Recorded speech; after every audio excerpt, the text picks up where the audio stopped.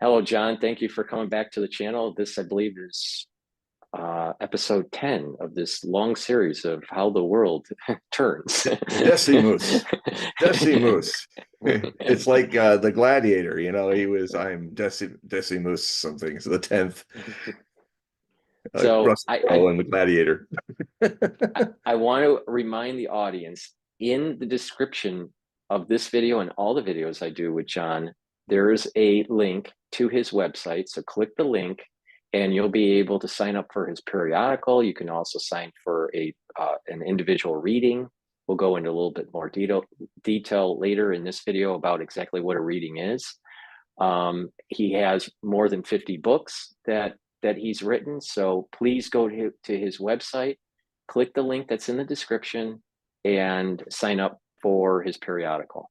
So, John, again, thank you for coming to the channel and part 10 of How the World Part Turns. 10. Well, 2 weeks ago, it was around the time that I had released probably something that I'm going to do each year where I'll do a big release for the whole year of predictions. And that was like 52,000 words and about 18 articles.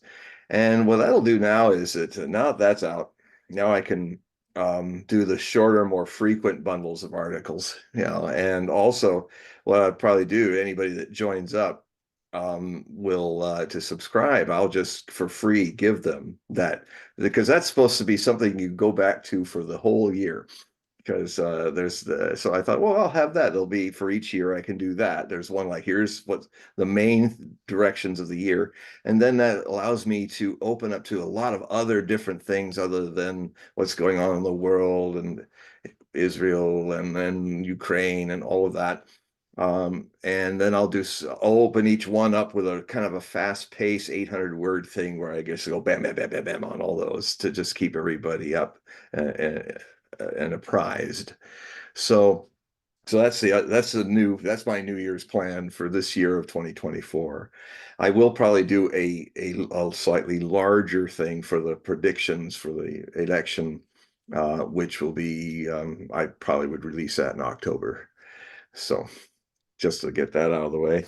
Now, in a way, well, there's some major things that happened. There was kind of a scare the last few days when I think the thing that's happening now is that the war has gone into a new rhythm in Ukraine. It is now, since Avdiivka fell, that is the linchpin to the entire Ukrainian line in their eastern front.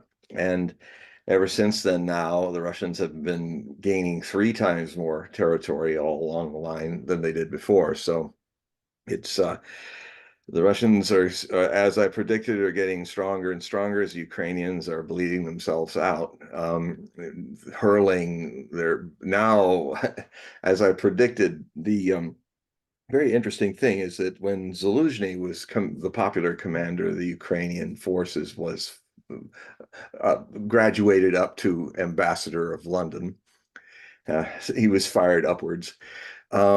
He was replaced by General Syrski, Alexander Syrski, and unfortunately, Alexandros in Greece means protector of men, but I would not call him that because he's called the butcher of Bakhmut, and Ukrainian soldiers call him that because he has this just one-dimensional thing. If he can't, he just keep hurling more and more people and think that it's going to be a breakthrough, and he's actually responsible for a lot of the bleeding out of the Ukrainian army. But Zelensky, the comic who's the president, they both have exactly the same belief system that unlike, I'm wondering when Syrski was when he was a cadet in the Soviet Union, when Ukraine was part of the Soviet Union in 1986. Actually, in my articles, I have a shot of him in the Red Square Parade. He's this young new cadet marching, past the Lenin Mausoleum, and who would have thought that a Russian-born, Moscow-born man would end up, when Ukraine split from Russia in 91, would end up staying in Ukraine and then end up being the commander in chief of the Ukrainian army I mean, it's hard enough for the neo-Nazis that are running the Ukrainian government to deal with a guy who's Russian. But and I predicted that he would, when Avdiivka fell, he would just throw all kinds of his strategic reserves into it. I heard it first was 9 brigades. It ended up being 11, and so in an odd way, he is actually hastening the end of this war by exhausting the Ukrainian army by being not a very good commander.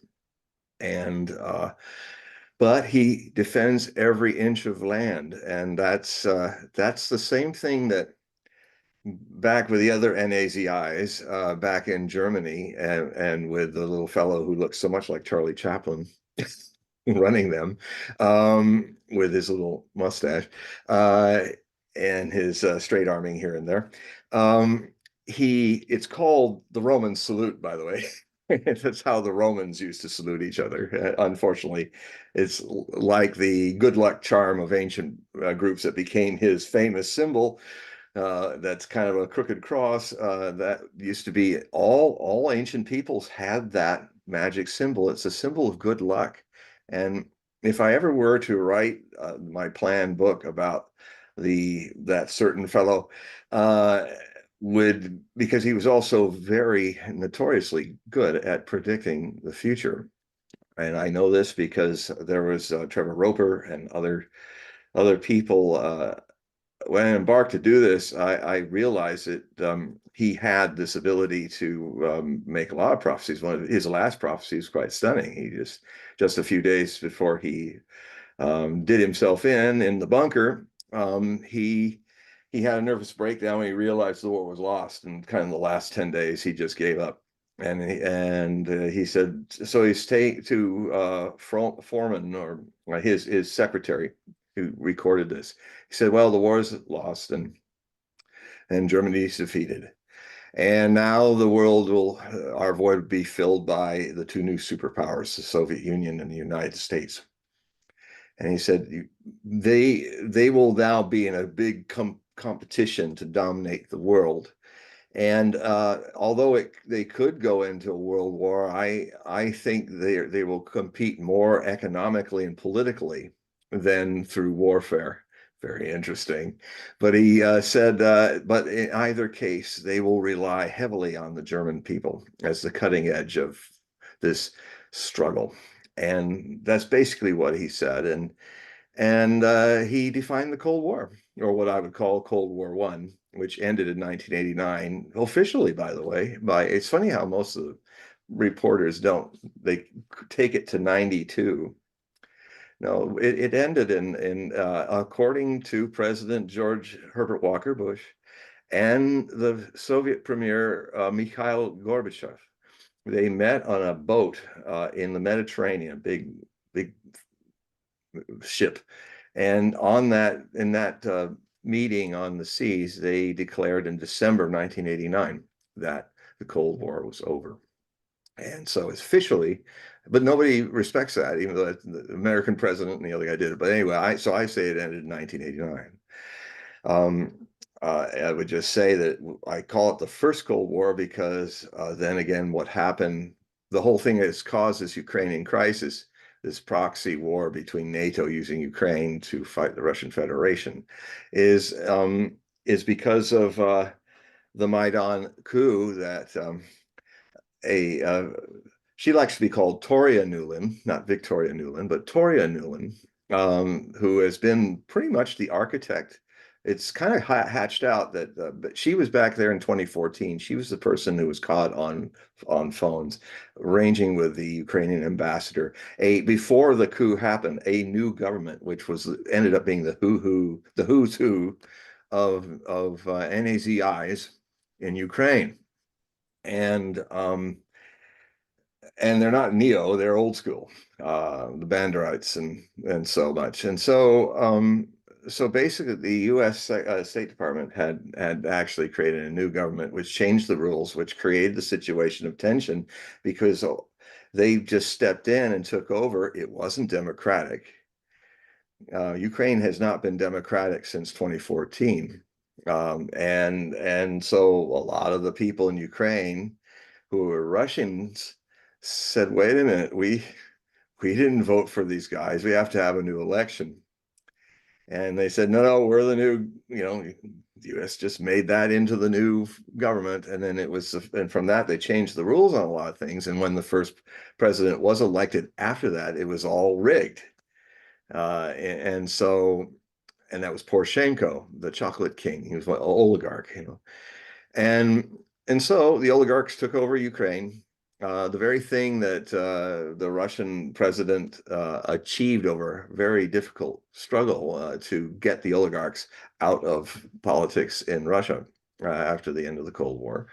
Well, anyway, if you want to see what would have happened to Russia if he had not achieved this, look at Ukraine after 2014. And what then happened was there was Barack Obama and his administration then started to sanction Russian farming goods as a punishment for taking Crimea and all that. Well, it wasn't taken. The Crimean people, when they saw their government and didn't like them, literally saying, we want to flush all you Russians out.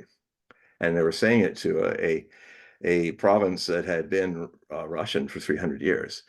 As the Donbass, Donetsk and Lugansk are also Russian. And a lot of these were thrown into Ukraine. We've talked about earlier that Ukraine's kind of a place where Lenin and Stalin threw in all these different people without their choosing, without any referendums, to all live together in a nation that none of them had united to create. And so the most aggressive part of that was the Western Ukrainians, who then decided that they should run the whole thing and run it very much like the fellow with the funny mustache from the 1940s. And so what's happened now is just like the old NAZIs, the new NAZIs are doing exactly the same mistakes. They're trying to hold on to every inch of territory. And as Frederick the Great once said in the 7 Years' War, that if you try to defend everything, you will lose everything. And he won that one against a three-front war: the Imperial Russia, the Austrians, and the Holy Roman Empire, and the French were all going at it at three sides, and he was trying to fight them all. It was three's a crowd, and ironically, he had a kind of a good luck of the good fortune of having unexpectedly the Tsarina Elizabeth of Russia, of the Imperial Russia, suddenly had a heart attack and died. And so the Russians withdrew. So when he had just the French and the Austrians to deal with, being that he was a military genius, he took them out piecemeal, and after 7 years won the war. But it was really like what's an irony here is that there used to be a very famous painting of Frederick the Great with his steely bug eyes looking out, and his little wig hat, and he was back in the 1750s and 60s and stuff. And so he's looking out, and when everything is going down for our friend with the funny mustache,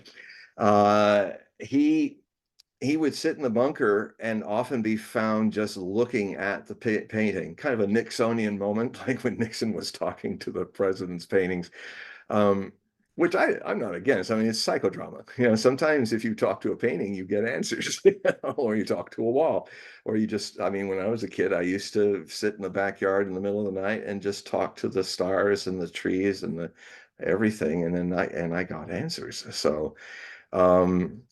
Even people like our NAZI guy of straight arming was a guy that would do that kind of stuff. So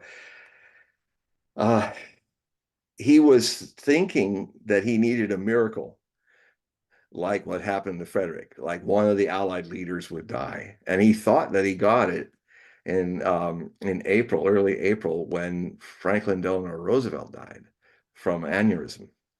And he was thinking, well, this is it. Now the alliance will break up and we can win. Of course, it's way too late for that. and like NAZIs of the past, NAZIs in the future and our present tend to look for pie in the sky miracles to save them from themselves, even though they don't see themselves as the problem. But I mean, it's quite a thing. So what then is going to happen to raise this up a little bit is that we're in a period of time now between now through summer where um, the people to watch out for who could lose it are not the Russians. They know what they're doing. They also know that they have no interest in taking Europe. They've made it very clear about that if the Europeans were listening. My concern are the European leaders. And I was a little surprised at the one who kind of started a meltdown last week. And it was almost like, oh my God, here's just the thing that is going to be popping up. Uh, Emmanuel Macron of Paris, of France, the president of France, um, suddenly out of the blue decides that, well, you all got to join with me. We got to march into Ukraine. And oh, but we're not going to fight in Ukraine. We're just going to maybe guard the border of Ukraine with Belarus, or we're just going to put a checking group that keeps Odessa safe. But we're not actually there to do anything. I mean, this is how crazy it is. Well, if you're going to hold this or block that, and you've got guns, and the Russians are saying, they again and again, if you go in, you're not any of you going to go out alive. You are combatants. You will be. We have said to you, do not send NATO into Ukraine. This war is an existential fight for us, just like the Cuban Missile Crisis had been. And so he was saying, don't do that. And again, the thing is so dangerous. The Europeans just don't listen. He means it. Niet is niet in Russian. The Russians don't bluff. They tell you straight up what's going to go down, and then they do it. And the Europeans kept going, oh, okay, all right, all right. Oh, then they go in, they go, my God, what happened? He really did hit me back. And the so Macron makes these statements. I'm thinking, oh man, is he really going to do this? But fortunately, he uh it caused a riot in the leadership. Everybody, no, no, no, we don't. Germans don't want to do it. The only people that wanted to join him were the little mice that roar, the three Baltic states, who are very itty bitty, not even 1 million people in some of them, and with an army that's probably the size of a regiment. Oh, we'll join your coalition. Yes, and like the Kali, the kind of rhymes with goddess Kali. Not a good name in a way. She's really a piece of mental work. She's openly often saying, "Oh, we can beat the Russians. Estonia, little Estonia, is going to get the big bear, and it would be comical if this person didn't really mean it. And so now the problem is the French military were already sitting on Macron and saying, look, we can't do that. I mean, at best, maybe we could send 12,000. And the British don't really have an army anymore. They couldn't even fill a soccer stadium with what's left. They have apparently 100 of the jets don't work anymore. All the tanks are basically rusting. They can only send 12 Challengers because if they'd send any more, they wouldn't have much of a tank group. The French have already lost all of their Caesar mobile artillery. It's all been blown up long ago in this war. And so anyway, the good news is that he got sat on, and then Putin made it very clear. He said he was talking about nukes. He was saying, "Look, we will never shoot one. If it's nuclear war, it's because you guys invade us." And then, maybe we will use a few tactical nukes. We may, we don't want to. That's not our policy, and it never has been, even though you keep trying to project it upon us, like you're projecting your own desire to do it to us. And so, we could very easily slip into a nuclear war if French troops openly go there. Now, what made, you won't hear this in the Western news, but what made Macron so angry and to kind of lose it and want to get all Gallic pride and en avant, tout sweet, and charge with the bayonets and the cannon fodder, is Russian cannon fodder, but is that um, there was actually quite a military presence of French Foreign Legion soldiers, whole units that had just kind of decided together to officially leave the French Foreign Legion. But they were all based in a large hotel in Kharkov, which is not too far from the Russian border. And so what Russia has been doing to make its point behind the scenes is they have been missiling and hunting out all the NATO assets that are kind of in there pretending to be mercenaries or pretending in civilian clothes or hiding deep down in bunkers, generals. And I mean, there's a lot of NATO presence, NATO people calculating the missile firing, and just the Ukrainians are pushing the buttons. And the Russians have tolerated it because fortunately they're not hotheads, and they realize that this could, so incrementally they have been, so they hit the a few weeks ago they hit all the legionnaires, Foreign Legion in that hotel, killed hundreds of them with a few missiles. And that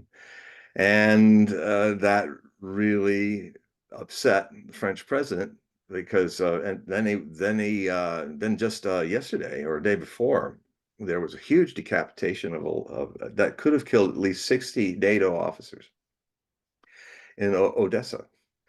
They found there's a resistance growing because Odessa is a Russian city, like Kharkov, that's in Ukraine, not of its own choice. So what I'm finding is there's a resistance movement also opening up. So the Russians are getting very good intelligence, and they found out that there was this big meeting with a lot of NATO officers coming with a lot of the top officers of the NAZI forces of Ukraine.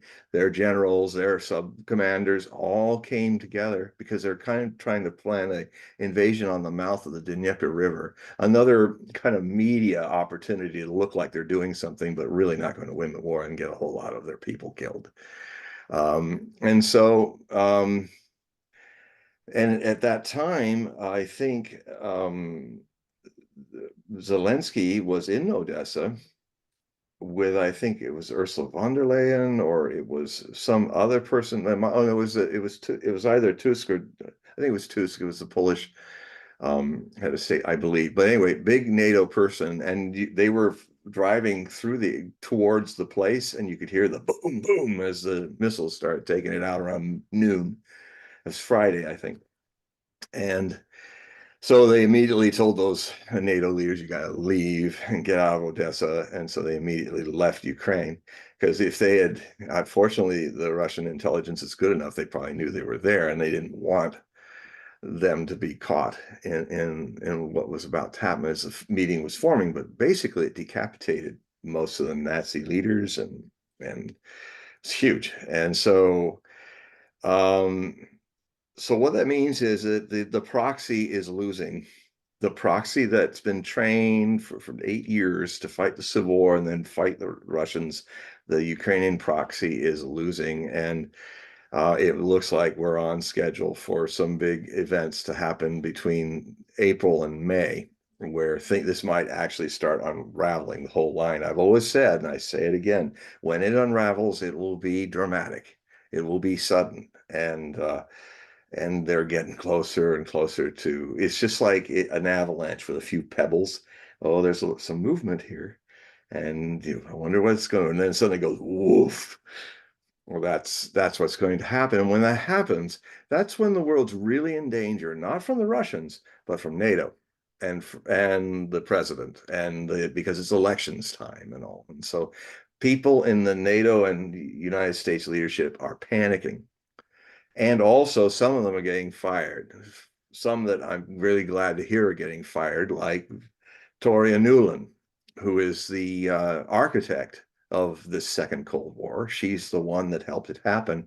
But she was not retired. She was fired because she was doing crazy stuff. In fact, this whole other thing that's happened over the weekend, just during the Russian elections, to try to distract the Russians and the world from the fact that Vladimir Putin was going to win a landslide. It takes no Nostradamus to predict. I've been watching the Russian news, and there are four parties, by the way, beyond our little two-party system. They all were running. There's even the Communist Party, even though it's just 20% now.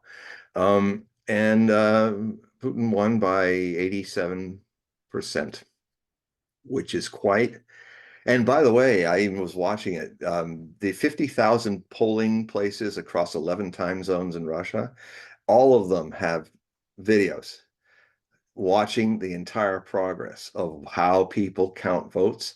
It's all in paper, folks. None of this, none of these magic computers that have no paper trail. It's all the basic. You come into the poll. They take 3 days to do it. Everybody picks, puts it in the box, and goes home like we used to do. The Russians have one, and there were 700 watchers. They were from 100 countries. They had something like over 700 people who were across the place, and some of them were interviewed. There's like a whole army of people from out Africa, all other places. You're not in the West so much, although some of them are some of my sources. They were actually volunteers, some of the journalists, to be there. And Russia, it's amazing to watch a Russian election. It reminds me of the way we used to do elections when I was a boy. It's a while back. I was born in 1955. So, I mean, I remember when how it worked, and I've also watched how it's been destroyed. So it really gets me when people say, "Oh, they're democracy." So look in the mirror, Mr. and Mrs. America. Look what's going on around you. You're not a democracy anymore. You are becoming a fascist state. And that's really sad, because the first way that it comes is when you lose your fourth estate. There are three basic estates in the Constitution. There is the executive branch.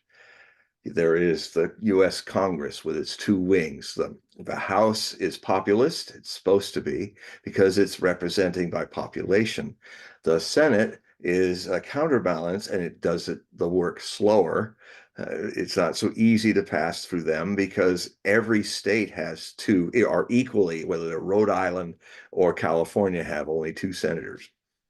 But so the population, the mob mind, can say what it wants in the Congress, in the House of Representatives. But then it has to pass through a very good check and balance. So those are the first two estates. The third estate is the Supreme Court and the justice system, who continue to make sure that the Constitution is followed through precedent, not through other ways. It's for people who want a really efficient democracy, it's got another name: fascism. Fascist states are very efficient because our founding fathers and mothers, Abigail Adams, um, were people who understood that it has to be messy, because democracy is messy. It's just like what Elon Musk is doing with X. It's quite a wonderful thing. It's of all the major um, um, public accesses that have been overtaken by privatization, like Facebook, like Google, and so on and so forth. And also X, for a long time, when it was Twitter, was really bad.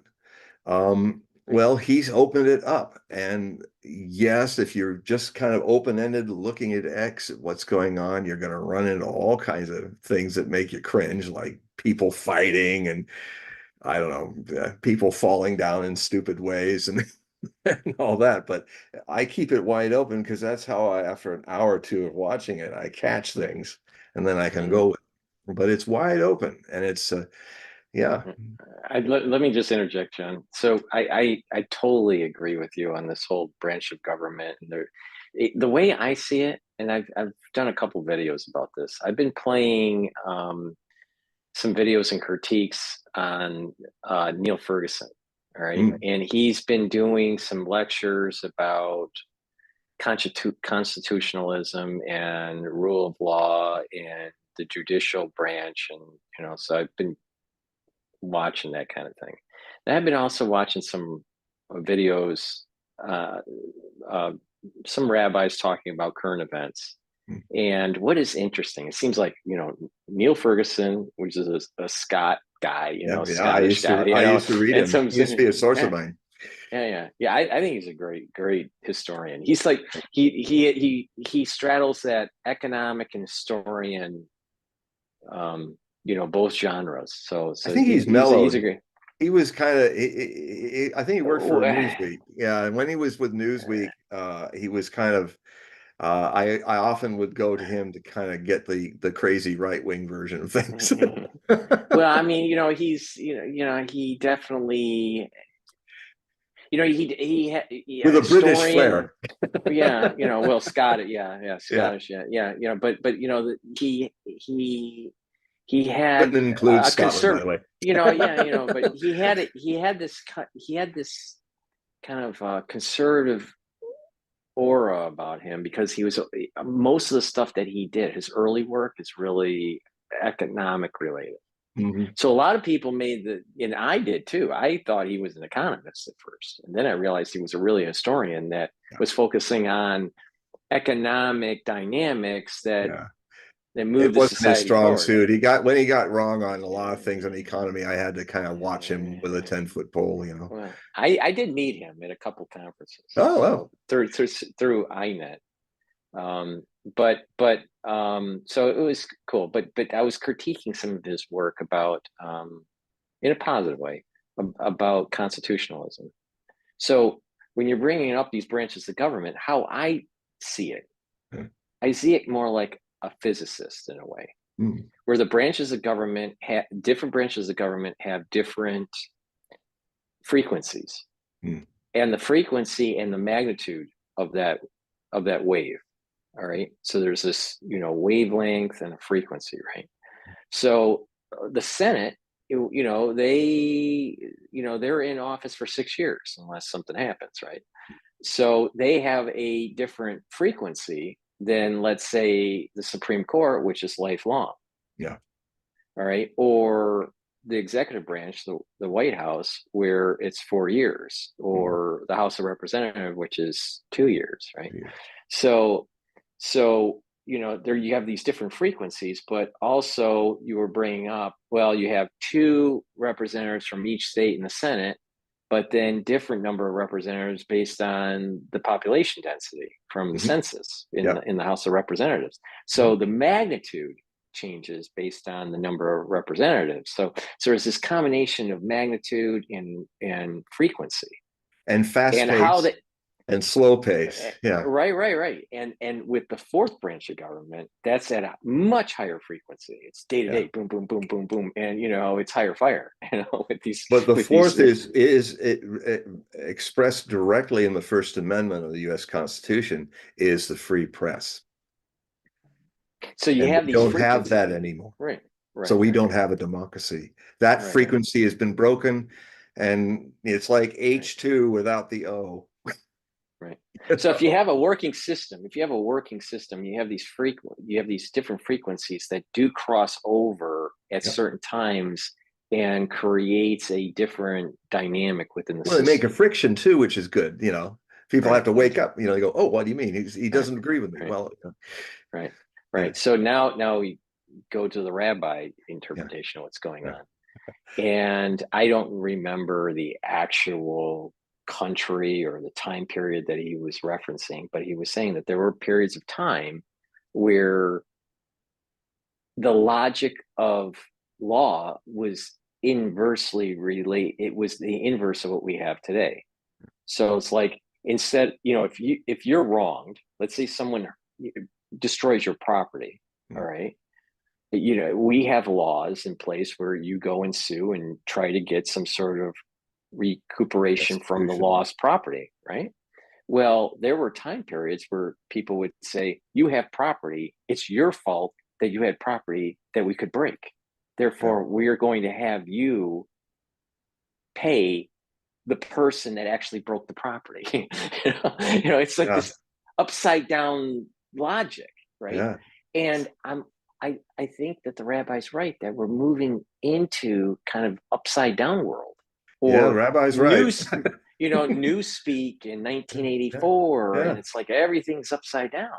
Well, what is woke? So Woke is yeah, this. yeah, It's like, if a person says, and I often playfully in my articles, I try to help people understand how woke may, for one thing, woke, you can't, it's trying to say I woke up, but if you really understand from my experience of being with Osho and India and living with a master, there's only awakening. It's a present, it's not a noun, it's a verb, and it's present tense. And if it's woke, it's as dead as the last moment.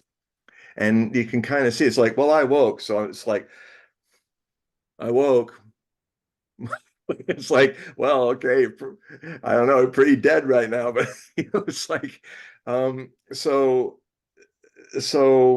people suddenly start, I mean, this is where the quote of Gurdjieff is really good. The George Ivanovic Gurdjieff, one of the greatest mystics of the 20th century. He was a Greek Armenian citizen of the Russian Empire, born in 1866, and I think he died in 1949, living in Paris, with his classes. He does these great dance meditations, and he's famous for his books like Life is Only Real Then When I Am, or Meetings with Remarkable Men, when he was searching with this group of truth seekers, Russian Empire across the board, men and women who were going in these amazing adventures to try to find what was left of spiritual teachings and stuff as the modern world was overtaking it, even in Siberia and Russia and all of that. And actually, there's a really good movie, Meetings with Remarkable Men, that had Terrence Stamp in it, who played the the Russian prince who was kind of heading the group, and then Gurdjieff was young then, and so that's a very good movie. It was filmed in Afghanistan in 1979, just before everything unraveled.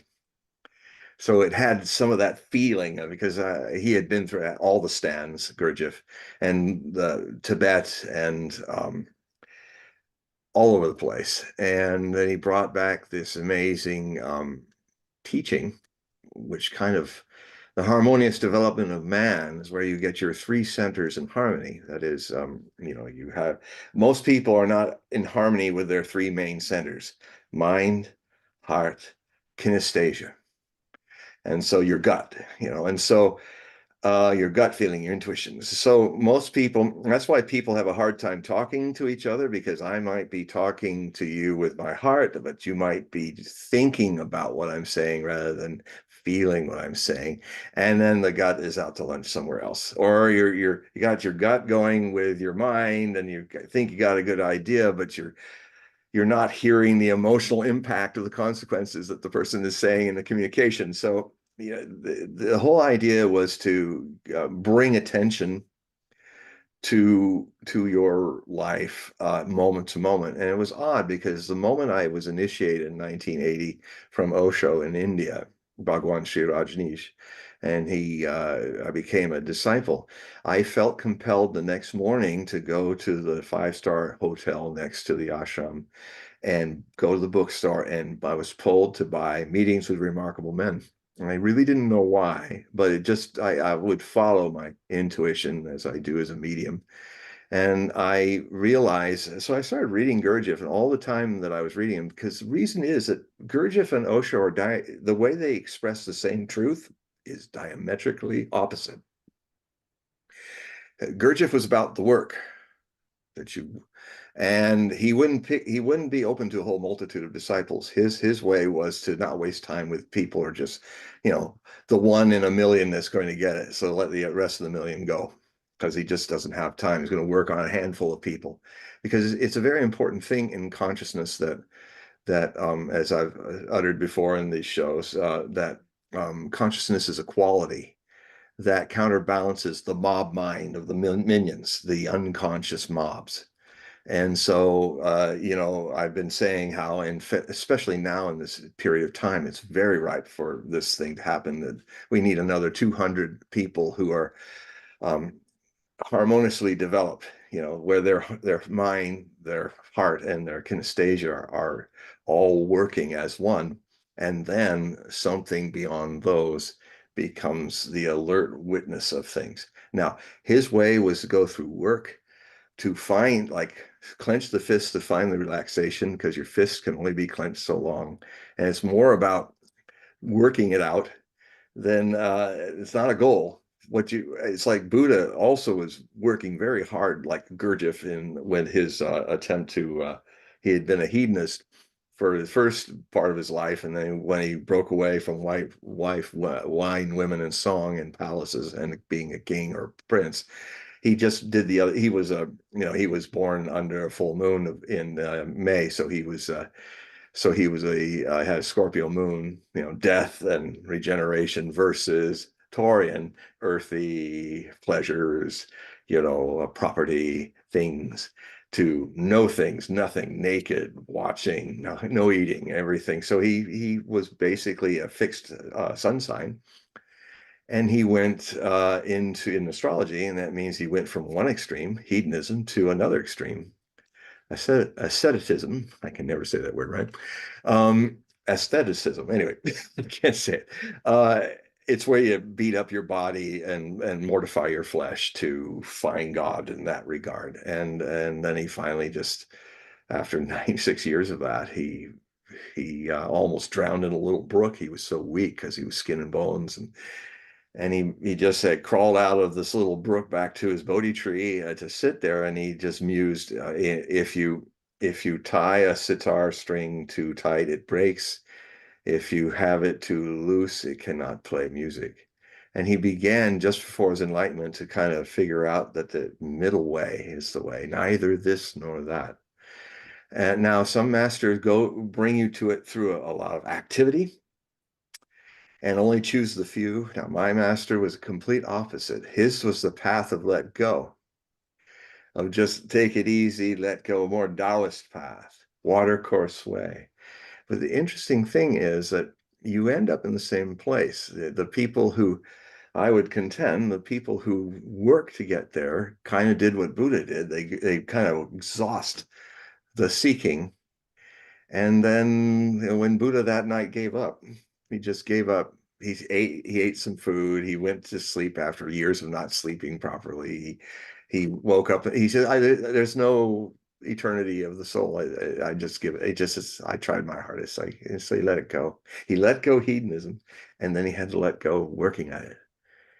And because, as he would say in the 42 years that he taught after that, everyone is Buddha nature. That is awakened, not woke. Awakened, Buddha nature. You are, whether you know it or not, this very body is the lotus paradise, or this very world is the lotus paradise. This very body is the awakened one, the Buddha. It's not something you can achieve. It's something that you can only at last, in the right moment, understand. And sometimes you have to fight real hard to find it, to discover that that's you then get into your exhaustion. And it's not just an intellectual thought. There's some people go, oh well, they're in their heads. They're people who want to eat pictures of rice cakes, as the Zen masters say. And the problem with a rice cake that you eat that's on a piece of paper and a beautiful painting is it's not going to nourish you. And so you can, if you're just using your mind, not your heart, and your kinesthesia in harmony, you can think, oh well, I've got the solution.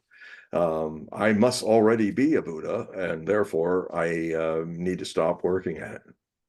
If it's intellectual, if it's the picture, not the reality, but a picture of it, you're as far off from it as even worse.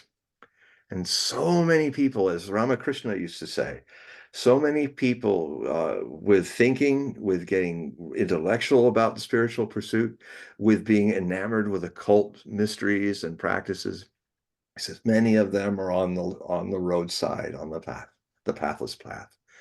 And anybody who's spent many lives trying to chase after the Buddha will never will be predisposed not to look in, but to think the Buddha is over the horizon, or that somebody out there is going to give it to them. And in odd ways, sometimes you do have to go somewhere unusual. I had to go to India. So it's not a it's not a binary thing. Well, oh, it's wrong to seek. Osho sought immensely, and he had kind of a similar thing to Buddha. He just at one point he just stopped. He said, it's not there. He had the same thing, and then he went to bed, and then suddenly this vast thing happened to him that he had to run out of his room. It was on the 21st of March, 1953, when he was 21, and he had to get out under the sky, otherwise he would be killed by having this immense energy inside this room and where he was sleeping. And so he went. I think he was in Jabalpur at the time, and he went which is a central location in India as a city. He went out into a city park, and he noticed that the mulberry tree, is a beautiful kind of shady tree, was glowing with a special aura, and he sat under it. And then he said, as I can understand what he was saying, he said, suddenly everything descended. He was like he could see the light of the sap. He could see the life in the trees. It was, and then as he sat, the whole thing settled and descended in some vast, eternal, in the present grace. And I mean, a similar thing happened to Gurdjieff in the middle of nowhere, somewhere in the stands, somewhere in Central Asia. His issue was he was a very powerful hypnotist, probably one of the most powerful in history. I mean, even Mesmer couldn't be like him. And I really, Gurdjieff has this weird way of, if you read him, he's got such a strange delivery, and it's for effect. If you read like Beelzebub's Tales to His Grandson, which is one of his main books, you have to remain attentive. You have to read it and remain attentive. But it's like what often would happen is, after I finish a process, I would kind of collapse in my bed, and then it really would be happening. It's like it exhausts the mind for me. And so to create a let go. And so, I mean, Osho created a lot of meditation techniques, which I, offer to anyone who does a reading with me. They're usually about 90 minutes or more. It depends. I do it at the end of my day, so it can go as long as it needs to go, or as short as it needs to go. And but sometimes a lot of the people are interested in, and I talk about these techniques and how Osho was trying to create a harmony between the let go and the effort. And his way would be these meditations that are 1 hour with 4 parts usually, and where you have active parts that get less active and less active, and kind of create a space for you to throw out all the ambitions and all the dust of the day. And then when the final 15-minute part happens, it's the part that most people start with in the West, the mindfulness people, where they say, oh, just sit there and watch your breath. People of the 21st century can't do that. That's not at least how you start. Because, and any of you are listening who've done mindfulness and all of that, if you're honest with yourself, most of you left it because you tried hard to be quiet. You tried hard to be mindful, and you succeeded. You're full of mind. Meditation is no mind, fullness. It is, to give it a name, it's the absence of mind, something that's deeper than the mind. The mind is something, look, did you have a mind before you had a brain? I mean, when you were born? It's kind of a question that If you really look back of all the things that you think define yourself as a person, a persona, in your process of being conditioned into being in life and living in a world of dialectics and comparison and a linear life from here to there, you forget the vertical that you were born with, that is forever deepening and forever rising. That's why it has that quality of verticality. And what happens is um, you lose memory of the Buddha. You come in as a child, the innocence of Buddhahood, but not knowing what it is. So it's easy to miss because it is so ordinary. It is the most ordinary thing in existence. And because it's so here now, always, that's so this very body, folks, this very place, and they go, what? No, not New York City. No, that can't be it. Not Seattle, not this, not Bombay. It's all noisy and people are fighting. It's dirty and smelly. But no, it's like, yeah, no, it's this. And so the mind, it's so against the way we're programmed over many lives because you got to do something. You've got to, even Buddha, even people in India, got to do your yoga. You've got to do this. You've got to do that. And in a way, it has a function. This fight with the world of appearances, trying to use it to find something that's beyond the world of appearances. If you do it totally, you might discover in the process that it's the ultimate disappointment. And that's good because you cannot become something you already are. So then the work changes. Then it's more like, okay, you take up the hypothesis. All right, I don't feel like I'm a Buddha. I feel like an idiot. In the true sense of the word, one who is idios, one who is under the illusion of being separate from the whole existence. As an ego, as a person, persona means mask. That's a mask over your innocent Buddha that you were born as.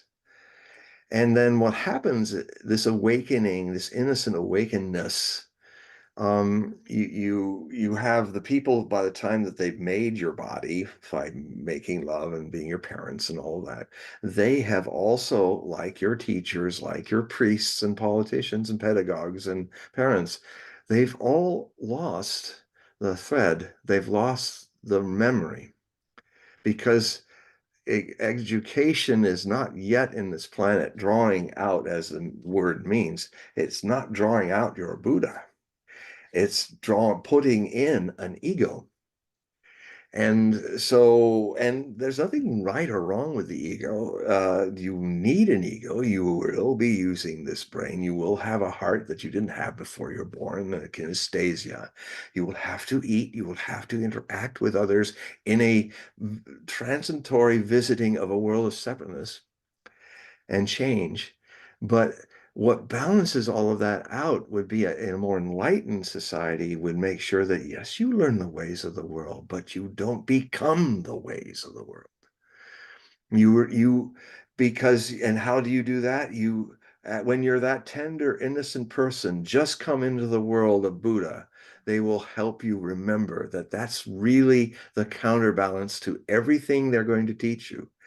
And, and and that's and then you find a balance between, so you use your ego. You can't drop an ego. You can't drop your mind. If you did, it'd be go splat on the floor and you wouldn't be able to do anything. So it is, but you can understand identity. You can understand how you've been made to identify with things. Like if I'm getting into my car, I'm the driver of my car. It doesn't function without me being aware and driving it. But so it's like, okay, you've come into this body as a child. They're going to talk about the driver of the child, the light, the lux eterna of the child. That is spontaneous intelligence. It will use the skills that you have, and you'll learn not to get frightened and there won't be people kind of forcing you to compete or be anguished or all that because in that kind of society, if your teachers have not lost their Buddha, they're not going to turn you into a neurotic person. They're going to help you at least not to become one, and you'll have a much better chance in this life, because everything is out oriented. Everything is find it over there, rather than the fact that you have the whole treasure already. Even as a hypothesis, is a way to keep you always running around in round circles of samsara, life after death, after life after death, and and you then, it's like, I was just reading again, like Osho was talking about reincarnation, and I've spoken about it in other shows, but I actually read the whole passage again to refresh my mind of what he was saying. And I mean, basically, the real secret of reincarnation is that enlightenment never reincarnates. Mind reincarnates. Personality, it gets under the illusion of an attachment, holding on to it in some very subtle way. Um, People then try, because it's all they know is their ego. Each life they try, or what happens is they die and their ego is destroyed and all the thoughts are thrown. It's like radio waves. um it's like he was saying that Buddha understood. He said when the witness gets caught in another wound, that's what Osho was saying. And when Buddha lived in 500 BC, he didn't have proof of, he was trying to describe something that didn't exist in people's understanding so long ago, and 25 centuries ago. It's like radio waves, light waves and radio waves. It's like they're all around us. All, in fact, it's one of the things that's making everybody a little crazy, because there's too many people living unconsciously. So it's like too many radios are all yelling at once in the psychosphere. The psychic sphere, I call it. I've changed the name, a new Hogism. I call it the psychic sphere, that we're turning into a psycho sphere, a psychotic sphere. Well, And Pete, I don't know if you've noticed that people are complaining that they're starting to get some physiological changes. Mhm. Either heart rate is changing, or headaches, or right, Experiment. right. The thing is that, yeah, well, we have to be careful with Yeah, yeah, I how we won't, phrase but this. I'll call it Voldemort. Going for, yeah, so, but there is this concern that individuals are actually having physiological effects with certain types of frequencies Oh, absolutely. around them that are new. Yeah, Let's just yeah. put it that way. Neo, I Well, will call them neo frequencies. neo frequencies, or frequencies that would happen in a microwave if you lived inside one, or if you were too close to an atomic blast. But now it's your power meter, and the there's it's interesting because there's three points of kind of what I call this. Back in 1985, in 1987, that is, or 88, was when we cleared 5 billion people. And my contacts in Native American and shamanistic groups and stuff made me aware of this thing that was creating a larger energy in the world, like 30% more energy for everybody around that time. Because on the good side of it is, because there's always a good and bad side, a positive and negative. The good side is that because there were so many people, we crossed the line at 5 billion people in 1988, that there was a positive to that it was somehow stirring the kundalini of the human collective. Um, but the downside is that means you have to stop being a mob and be a quality of consciousness, or enough people. And it doesn't need a lot, just maybe 200 more than are regularly enlightened, but it needs a little more to counterbalance this explosion of population, which has exploded more thinking that's unconscious, more hurling of thoughts and emotions that's unconscious into that, as Robert Monroe of the astral body OBE stuff used to do. He used to pass through it, called it the mind band, the end band. And he used to say, when I passed through it, it was like I was passing through all the radio stations, all the AM radio stations, let's be worse than the FM, all those radio stations, all yelling and screaming, going, na, na, na, na, na, at once. And then he passed through it and it'd be over. But so I used to work as part of his gateway, one of the 50,000 that he was working with back before I was with OSHA. It helped me immensely to make the step to OSHA, because he would use these beautiful 32 track earphones with tapes in those days. You put the earphones on, you lay and you watch your breath, and he was a radio, a music mixer guy, and he was a genius. And he got these, what he did is created a theta state in your brain through this thing. And actually it was helpful because you can actually do this very easily once you've gone through the process of these kind of more active meditations that then get you to the place where you don't need headphones. You just are there. It is very natural to be in the theta state. But again, it is a non-doing phenomenon that changes everything. It's nothing. Non-doing attracts mysteriously great activity and creation. I think it's the very nature of existence. This is why we have this beautiful Leela, this play of universe and planets rising and falling, having nuclear wars and being born again and all of this. There is a strange magnetic attraction of a point of consciousness that is not judging, not doing, not even being. It doesn't exist. It's free even of that. So it's also free of not existing either. It's something in between, the this or that, the up or the down. And in a strange way, and the way to be in that is there's nothing to do. There's nothing to achieve. You're just there. And in a quality of that, they bring that into your active life, walking in Zen, sitting in Zen, doing things. I'm speaking from my own experience, is that you suddenly things happen. You have not chose them. You're not, I'm going to do this, but you become a different magnetic pole to creativity. And I think is the no mind that is in the center of all the mind and movement and stuff, and something beyond both is a fundamental reality of this. And everyone has their own way of finding it. The doors are as infinite as all of us, as infinite as all the unique leaves on all the trees in the universe. But the place we all go to is exactly the same place, the no mind. And I'll give it a name. It doesn't have a name. It's beyond names. But it can be hinted by the fragmentary words. It can be hinted even by the pictures of rice cakes. But just don't eat a rice cake that's just a picture. You won't get anything out of it but a bad tummy. So and a lot of people have thought out in theory exactly what I'm saying, but they stop there. And that's the beginning, not the end. I know because I did it.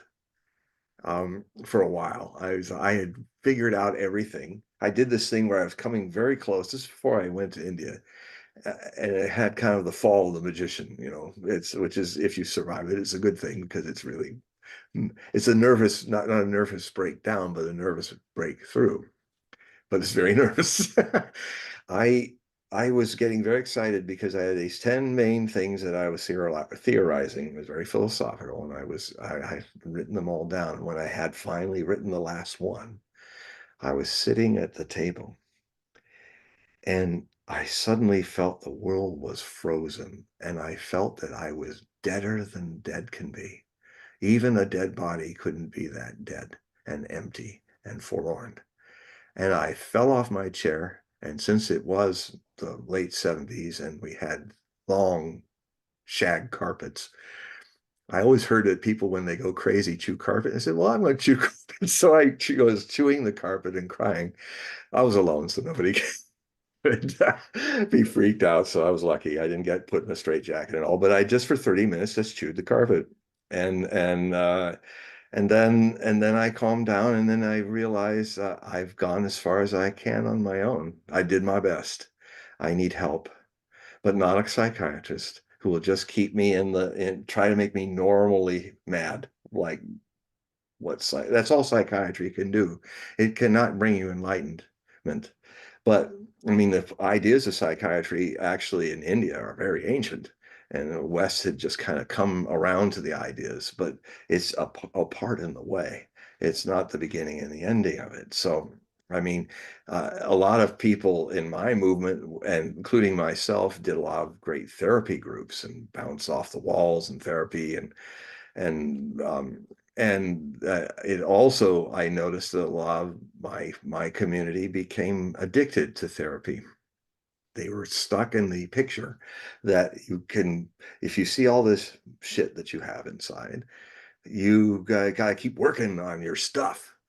First off, with a little deeper understanding, with more relaxed perception, wider. Why do I call it mine? Why is this stuff that I call stuff mine? When did I, when in the process of being a child who didn't have any judgments about stuff or my stuff or your stuff, they were just going, "Good," everything's fine, or crying or something, but real, authentic. If you then start watching yourself and you start thinking, almost everything that I think I am is something that somebody told me I was. My empty page, my tabula rasa, as yours and everyone else's, came into the world empty. And rather than build something around that of the world and it's making its mark, but not on the tabula rasa, let this tabula rasa develop in its own time, its emptiness, its fullness of emptiness, its skyness, so that clouds can play in it, rather than turn it into a sky that thinks it's only made of clouds. And it yearns for the beautiful wispy clouds and the white puffy clouds and the beautiful sunrise and sunset clouds. It's afraid of the hurricane clouds and the typhoon clouds and the lightning storms. But in all this cloud stuff, it's forgotten that in everything that emerges in the sky disappears into the sky, and the sky is never touched by any of it. So that is not taught as a guidance, a hypothesis for each child to follow. And because of that, the things that were given to be used, we are also taught to identify with them. For instance, I was in my car a few minutes ago. I'm aware as the sole driver that the car is not me. But if you go through the process of conditioning, you cannot escape it, that you will come to some idea that's not your own, but you think it's your own. And you'll fight people and die for it, even though it's this flag or that flag. You'll go to war, or for this Jesus, or for that Buddha, or for that Islam, and you will go and kill each other in thousands of wars. And none of this was yours when you were born in all of your lives. None of it. In all of your future lives too. None of it. You are not these things. They were supposed to be things that you use in a dialectic visit to this temporarily to this planet. Uh, it's atmosphere. You got to learn how to breathe it, but you don't think you're the atmosphere. You're not the planet. You're not the earth. You are somebody going through this. But you're trained to think of yourself as an identity, an idiot, and you will become an idiot. The whole human race is a bunch of walking, talking idiots. Gurdjieff used to use that analogy all the time in a very respectful way. He would say, "Oh, you idiots," his Gurdjieff disciples, "okay, you idiots are going to dig a hole and you idiots are going to cook the dinner tonight." And but they knew, if you really think of yourself as an idiot in the right way, and that is, the hypothesis is everything I'm doing, I'm under the illusion of being separate from the whole cosmos. So then you start to become aware of how you've started to own feelings that if people push that button, you are either happy, robotically, or if they push this button over here, you feel your guts have been opened by somebody's terrible statement about you. How could you say this about me? You hurt my feelings. But there'll come a moment if you start living more and more intensely because you're watching and seeking, because you will be more alive. You will feel things more. You'll be more alive, so you'll hurt more because you're no longer trying to hide yourself from the hurts or the happinesses and how they're fading, as well as the hurt will also fade because they're transitory. Then the question goes deeper. What is watching this stuff pass by? What is watching this body grow old? What is watching everything changing? It's always there and it never changes. What is it? Who is in? Or as Raman Maharishi, one of the great sages of India, and died in 1950, he started at 18 years old to ask, but not as a question, but as a presence. Soon he dropped the question. It's the most profound question. It's the only question that is really needed to be answered, because in it all, everything is answered. Who am I? Who is walking? Who is talking on Paul's show? Who is watching me talking on Paul's show? Who am I? Who is eating? Who is crying? Who is loving? Who is hating? Who is watching a mountain turn ivory in this higher angled sun of the early spring? That's in my area of the world, Pacific Northwest. And all the mountain snows are now looking ivory, like somebody has poured ivory coat of ivory over them, a bit of a yellowish, beautiful richness. And then I remember, who can see beauty? I go in. Well, Raman Maharishi, he at 18, he became he negated all the things that the society, oh, you're this, you're a man, you're a woman, you're an American, this makes you happy, this makes you sad. And then eventually what happens is you come to a point where it's like what Buddha used to say, you're peeling the onion layer by layer of any problem. You're just doing nothing but watching it unfold before you as you watch your breath, relaxing deeper and deeper with each.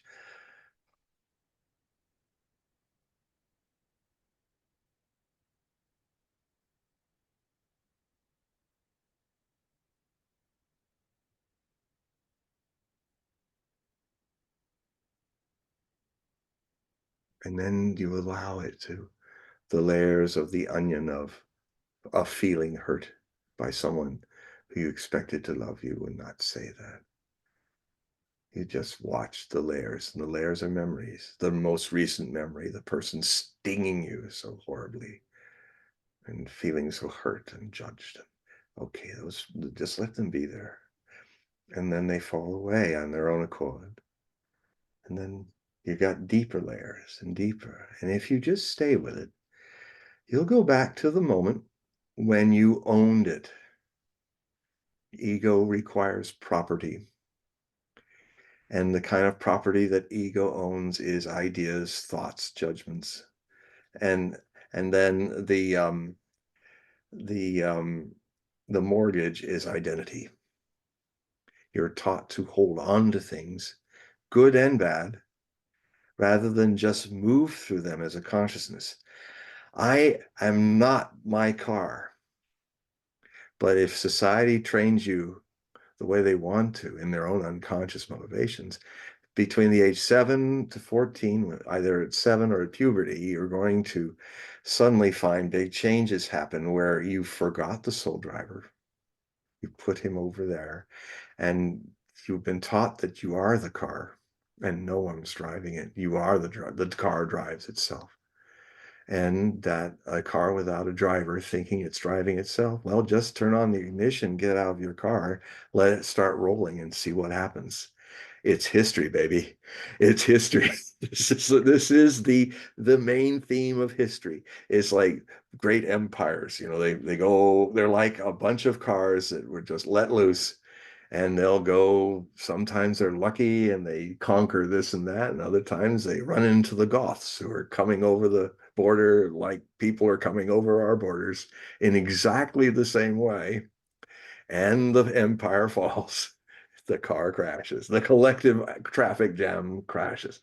Collective traffic jams of people pretending to be cars are how we start our wars, our crusades, our witch hunts. You know, where this is our sorrow when our baseball team or football team loses. All the cars crash. Boo hoo, we lost.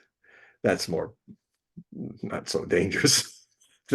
But if you think you're Ukrainian, and if you think you are the pure uber Ukrainian, and the other Ukrainians need to be taken out of your country, then you go into wars. If you think you're NATO, and you think you're a defensive organization, you even say it's in your charter. But if you're encroaching across Europe when you promise not to the Russian people, who, as a body of people, seem to have a more collective connection to the soul than a lot of us. It's an interesting thing. Don't believe me. Don't believe or disbelieve anything I'm saying. If you believe it, you're lost to it. You stopped. So even if you say, "Yep, John Hogue's got it all together," you stopped. And it's equal to, "Oh, he's crazy. He's a madman." It's, you stop. I don't believe him. I do believe him. Belief is the worst thing that has happened to the human race as a conditioning. Because what is belief? If you meditate on it, how do you believe? You just watch the process. How do you become identified as an American or a Jew or as a Christian or something? It's you somehow in the kind of the need as a child to be loved by all these big giants you've discovered yourself born amongst. You're going to start, they reward you if you behave in certain ways. They even tell you, look, you got to grow up in the world. Growing up means you have to be like us. So, do what we do. Not what we say. Don't do as we say, not what we do. And then you learn how to be a liar. You learn how to be a manipulator. You have to, because it can save your life as a child. If you're not, our survival mechanisms have their part in the world. Actually, just like war has its part in our world, just like peace, two sides of the same coin.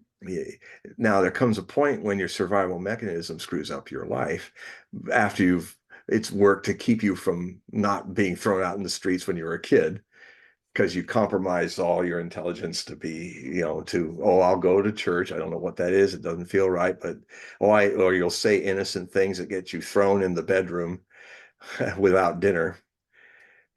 Innocent intelligence. Go to your room. Uh, those are the moments when a Buddha is suppressed. Go to your room. And so children are smart enough that they want to survive, so they're told it's called love if you submit and fear God like you fear your father and mother, and then you end up, and it's not their fault. This is one of the biggest cosmic jokes about it. You line up all the criminals of history and all the people who were either murdered by them or followed them. You can't be responsible. No one in this world has ever been responsible for all its crimes and mayhem, because you have to be conscious to be responsible. I mean, it's like when they say, "Oh, well, he was drunk, or he was unconscious, or he went crazy, and so we'll help him, but we won't punish him because he wasn't himself." Well, none of us are ourselves. None of us. We're somebody else's idea of ourselves. And then it's put in collective ways, like ourselves are all collectively the American, or we're all Zionists, and we this is our land. These people, because we're exceptional, because we're higher than everybody else. I mean, like those guys in Germany, we're higher. And the guy with a funny mustache. Oh, but we'll take some of his habits, but we won't look in the mirror that the man with the funny mustache is showing us Zionists right now. And what we're doing to the Palestinians and was done to us. Now we're doing it to them. Um, this is the funny way identity plays us.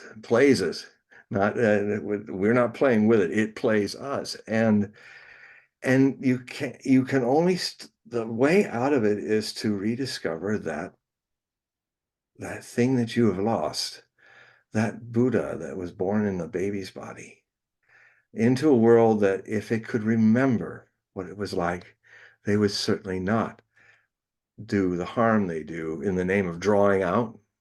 Education is actually a coding over of an ego, of an identity. Identity is from the same root as idiot. So you are made an idiot, and your life is idiotic. Your world is idiotic. It's doing all kinds of idiotic things in your name. And so these things, it takes guts. It takes guts to be a truth seeker, a spiritual seeker. It takes guts. You'll never find You will never find a coward who treads this path, but you'll never find a courageous person who has not confronted their coward first, because it's the same energy. You will never find someone who truly loves until you understand how much you hate.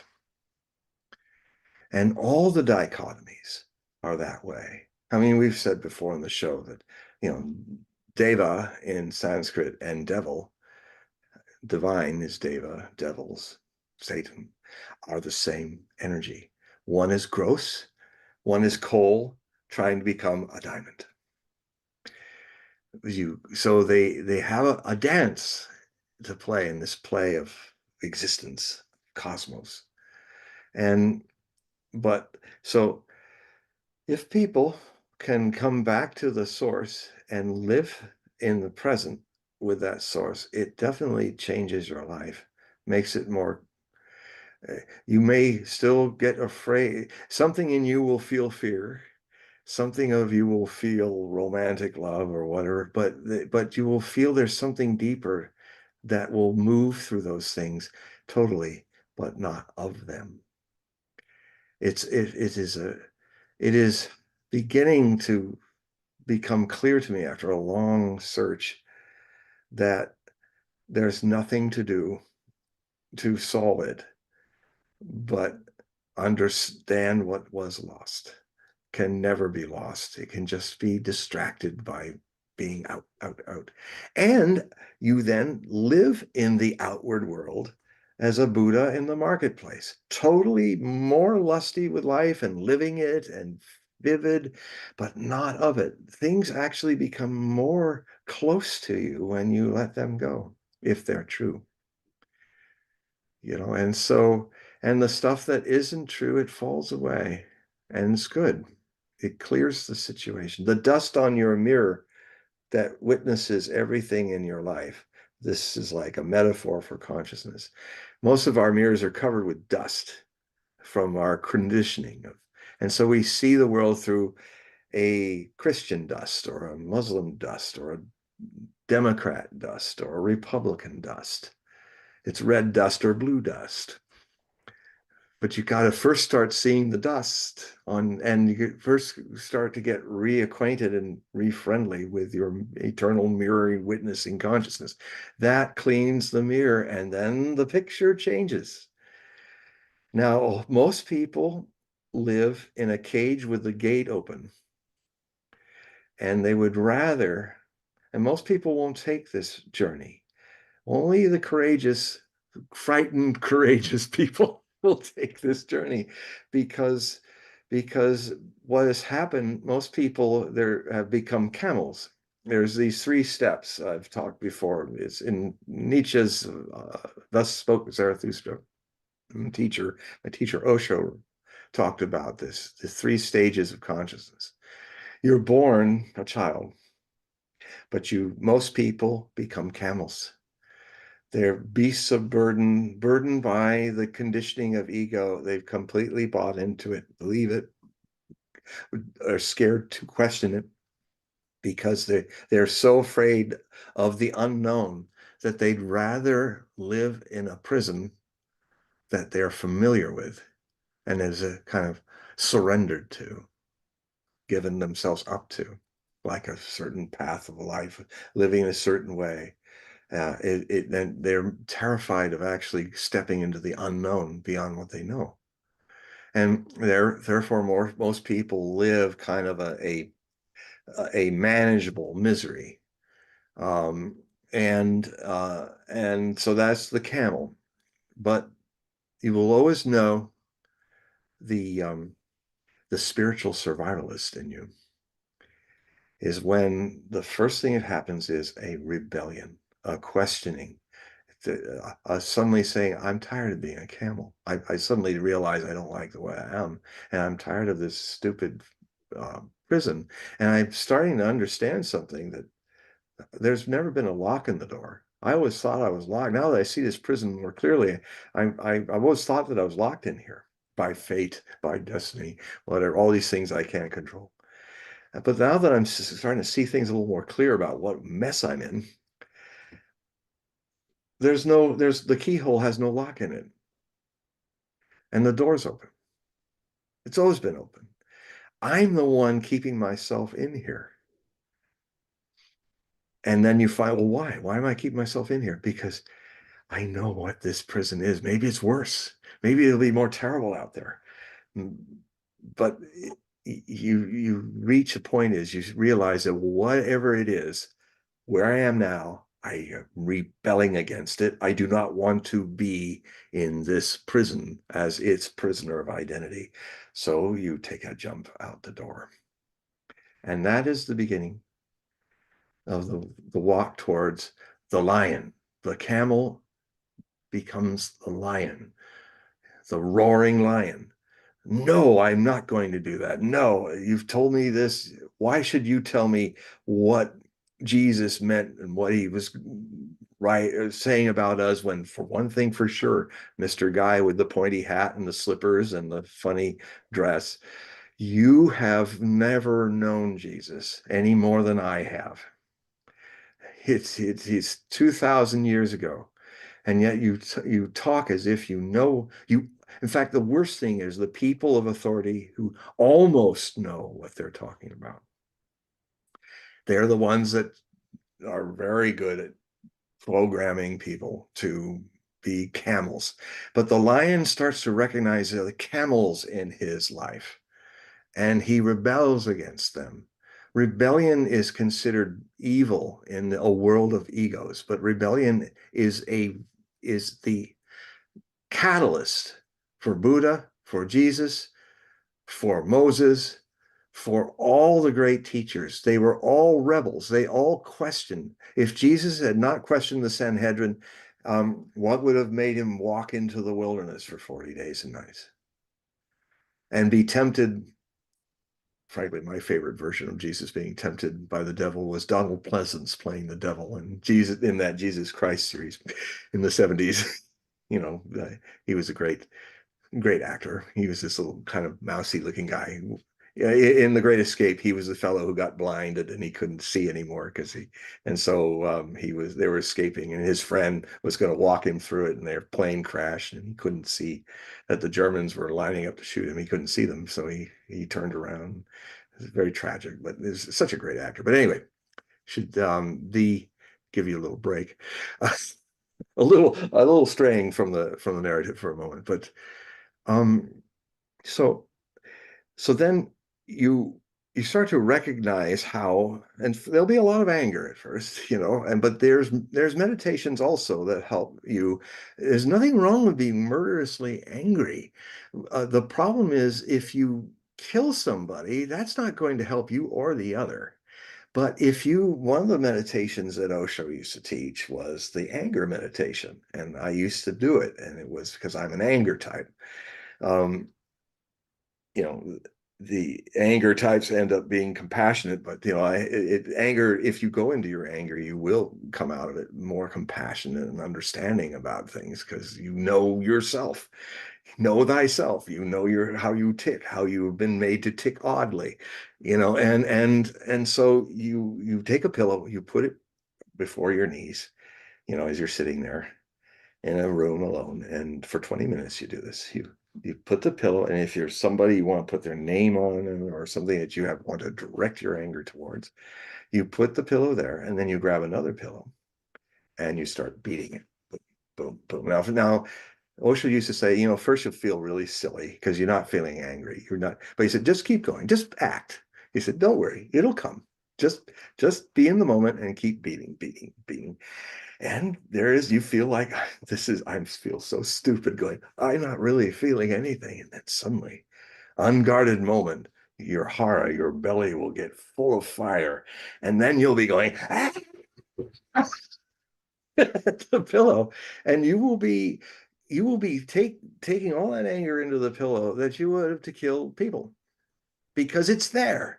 The art of it is you've got to find a way to be okay with it and not harm yourself or others. But so that's what's so wrong with this whole saintly thing where people, well, don't be temper, don't be angry, be civil.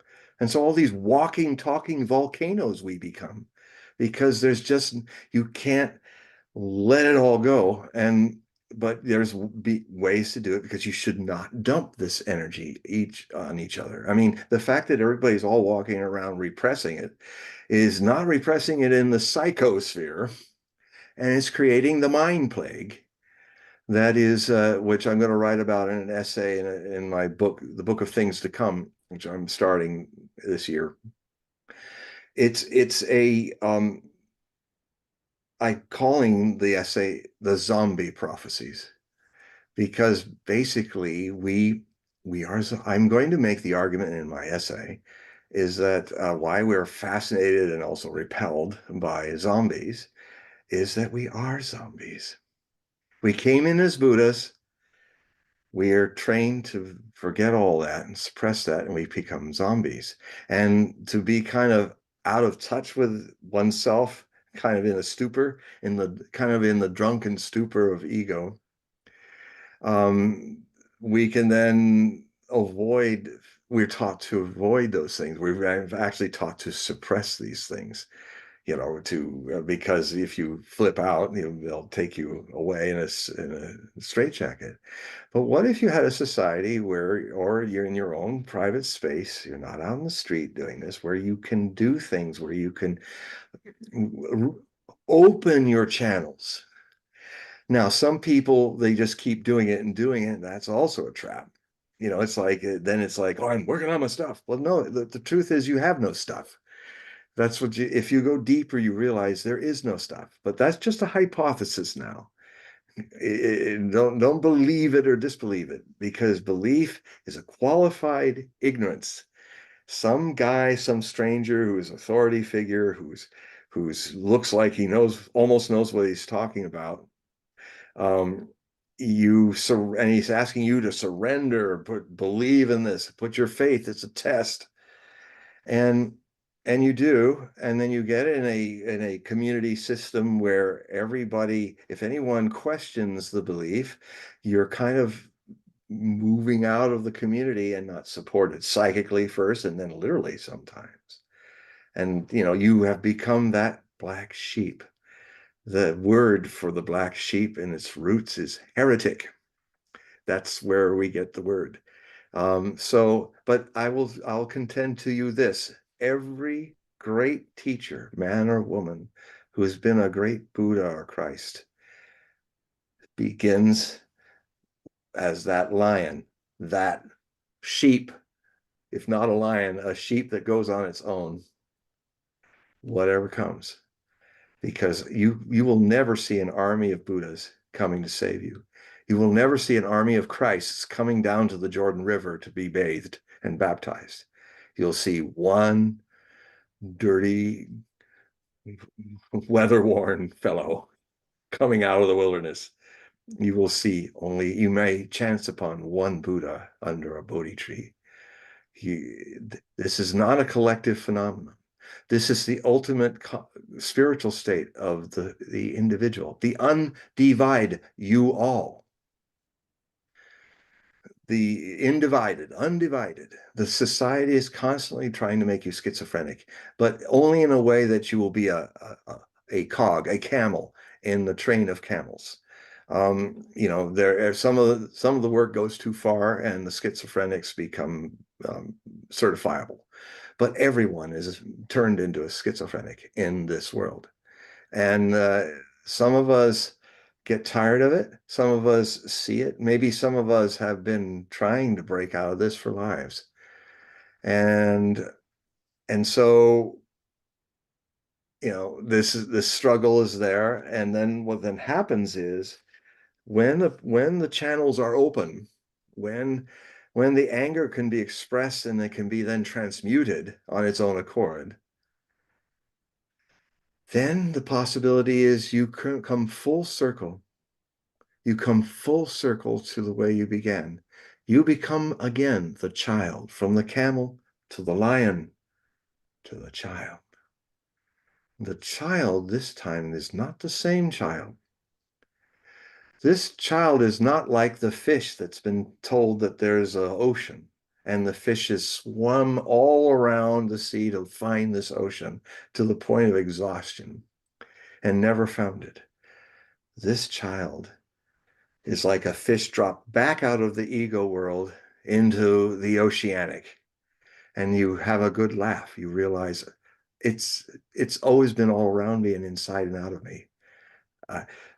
It's so normal and so here and now that it's easily missed. But if you start to get the knack to see it, to remember yourself in it, then everything begins to change. You're now a child who's come to the second childhood, the born again child.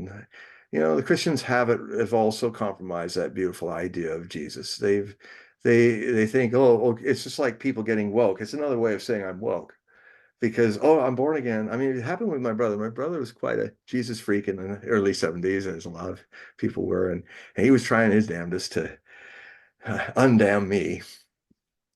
He did it out of love. And he's mellowed since then. I mean, he had to go through that to become the Christian he is now, which is wonderful.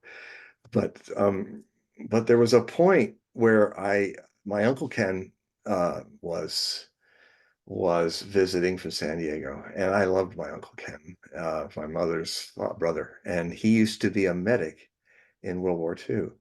And so I finally even tried to, okay, let's see if I can get born again. What's the whole thing? And so he was beautiful. He just told his story. He was a Lutheran and all, but he just told his story. And he told the story of, he was a professional Army, before the draft and all that. So before the war, he was in the U.S. Army. And he was in the divisions that went into Manila, the only really large city battle in World War II in the Pacific Theater, and it was horrible. In fact, I was watching the World War II week by week, which I have been since the beginning of it years ago. And it's a really good show. It times you through the whole war every week. And if you follow it for the 6 years, you really get a feeling for the tempo and how things happened and how things ended. And I think it was last week, it was the end of the Battle of Manila, where 16,000 Japanese Marines made a fight in downtown, and his army guys went in there, and he was mostly tending to the Filipino civilians. 100,000 of them were killed, hundreds of thousands injured and wounded, and he had existential crisis with it. He was thinking, the world is evil. It's just profoundly evil, and like he's a medic who's like dodging bullets and. So he's kind of a breakdown, and then he had a friend who was another medic who was a Christian, and he was kind of bearing witness to him as my Uncle Ken was bearing witness to me. And the beauty of it, through love of him, I became a born again Christian for only 15 minutes.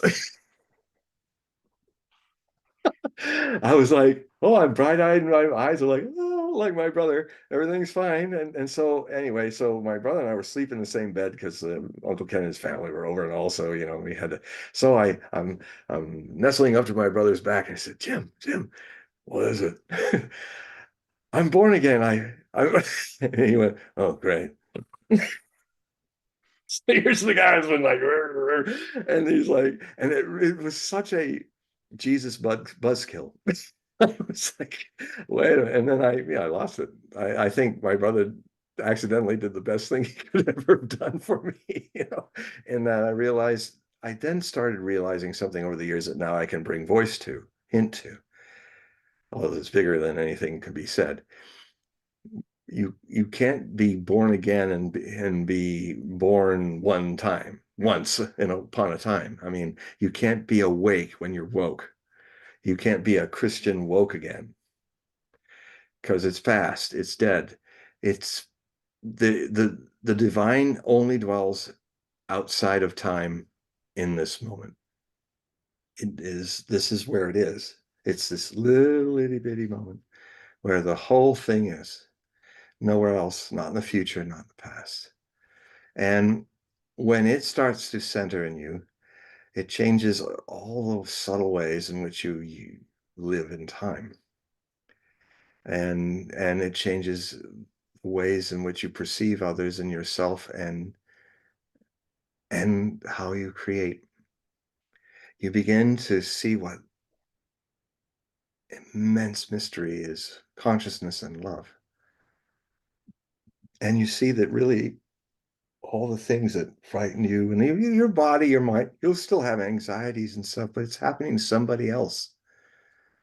I mean, maybe there'll come a time when Osho, like, he seems so luminous with it. I'm just in the beginning of it. But I mean, it's like the thing, if you say, if you say, I'm not afraid of death, I did this to somebody just recently. What happened was interesting in this new state that I'm coming into is that I am afraid of death is true. The I is always afraid of death, but there's something watching in me who's saying I'm not afraid of death that is afraid, but it's not the thing I was born with. It's not the thing I brought into this world. It's not the thing that death will take away either. Although, as I say that, even now I can watch my mind going, oh, but how do you know? How do you know? But the mind becomes someone else's mind. It's yours, but your possession is also something that you didn't come in the world with. So it's a very interesting process. And I try to, as much as being a medium, to help people in readings. And it's always a thread underneath all of my talks about the world. You'll see it in the articles. My forays into current events and the future are really an attempt to bring people to the present, because that's the only place where the solutions are. That's the only place where your enlightenment is purely creative. By doing nothing at all, it happens. So, that's the thing that I bring into readings and into my writings. So if you're interested in having a reading or writing, just check out the beautiful way that Paul has laid out my links. I'm starting to get more people from this community that Paul has created online that are starting to show up. So I'm starting to meet a lot of you, and we're having wonderful interactions. Um, so So that just so I can plug for the ones that are watching, make sure that you click the link. It's in the description of this video and all the videos that I've done with John, and that'll take you right to his website. And by doing that, you'll be able to sign up for his periodical and do the readings. yeah, they're all different choices. You can have 3 choices on how to do it. You can just do it at one time, just to see wet your feet in the one stream of articles that I've produced in that week or something. And then if you like more, you can join, or you can be an automatic. You go through my own page, website. It takes you to the page where you can sign up, and you can be an automatic, which means maybe $5, $10 a month. And then it's just on and on until you want to stop. Whenever you want to stop, you can just go in and unsubscribe. And then the other is where you just do the donation, one drop in for 12 months. And it's about $60. And yeah, $60 or a little more. And you get a lot of material. And you get all of my sources that I try not to say anything in the world, especially with the controversial nature of trying. I am part of the alternative media. A lot of us used to be in the mainstream media, but that media, as far as a fourth estate, is dead. But we are alive. And many of the people that you might have wondered, where did they go? You'll find them there. Like Chris Hedges, like, people that I wondered what happened. Did they die? Where are they? They're there. And we're all trying to finance it on our own. Because when the man's not pouring money on it, the man can't censor us and hide our sources, because our job, as I see it, and you'll see the people, it'll be an opening to all kinds of very interesting people like Alexander Mercouris and Alex Cristofaro of the Duran, or Scott Ritter, or Chris Hedges, and John Mearsheimer, and other people. And I have all sides, because you can't look at politics and the world without having sources on all sides. I mean, you'll meet one of my favorite people, and most of these people, they don't know me, but I'm sending people to them. But you'll meet Patrick Lancaster, I've been watching him for 8 years report in Donbass, the Civil War. He's an American who went there when the referendums were starting. He fell in love with a Russian girl, and they have 2 children. They live in Donetsk, and the city there, and which has been shelled by the Ukrainian army for 8 years. Cluster bombs, cutting people down in the square. And I've seen it. It's an interesting thing that meditation can do. You can be in that too and not come away from it carrying it. But this guy, he's amazing. He's very ebullient, and he's this little guy, and he used to be a sailor. And whenever he looks like a frightened bunny rabbit when his eyes get really big, but he goes right in there, right into the wolves. And it's quite something. And you'll also see places in my work, my sources, where you'll get to see how the Russians really are, not how you're told on the evening news or whenever you get your news. I'm dating myself.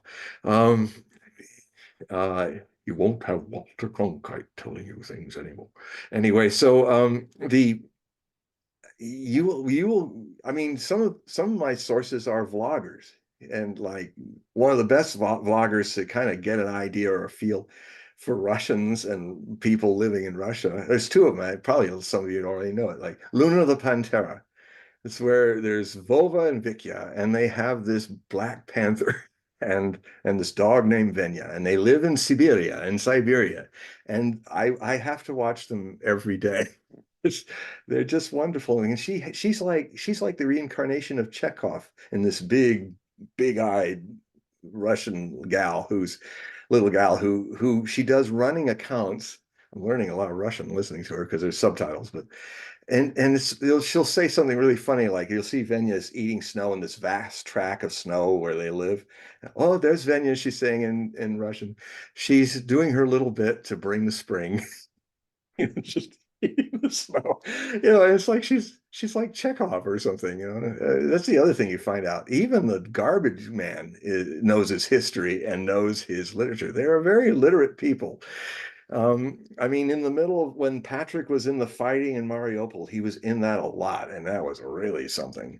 One of the first big battles of this in 2022, when the Azov battalion was terrorizing this Russian city that was in Ukraine, and the and there's bullets flying, and suddenly they ran in between all these bullets flying around, and he stops where there's some cover, and there's this guy walks up and he says, and he's a retired general. And he's like, yeah, well, and then he's just, he knows what's going on in the world, like any American would, It's like a lot of times it was like a variation on Dostoevsky characters, they're a bunch of characters, the Russians, very interesting people. And they have a quality of soul that is unique to them. And if Americans knew what I knew about them, we would be friends.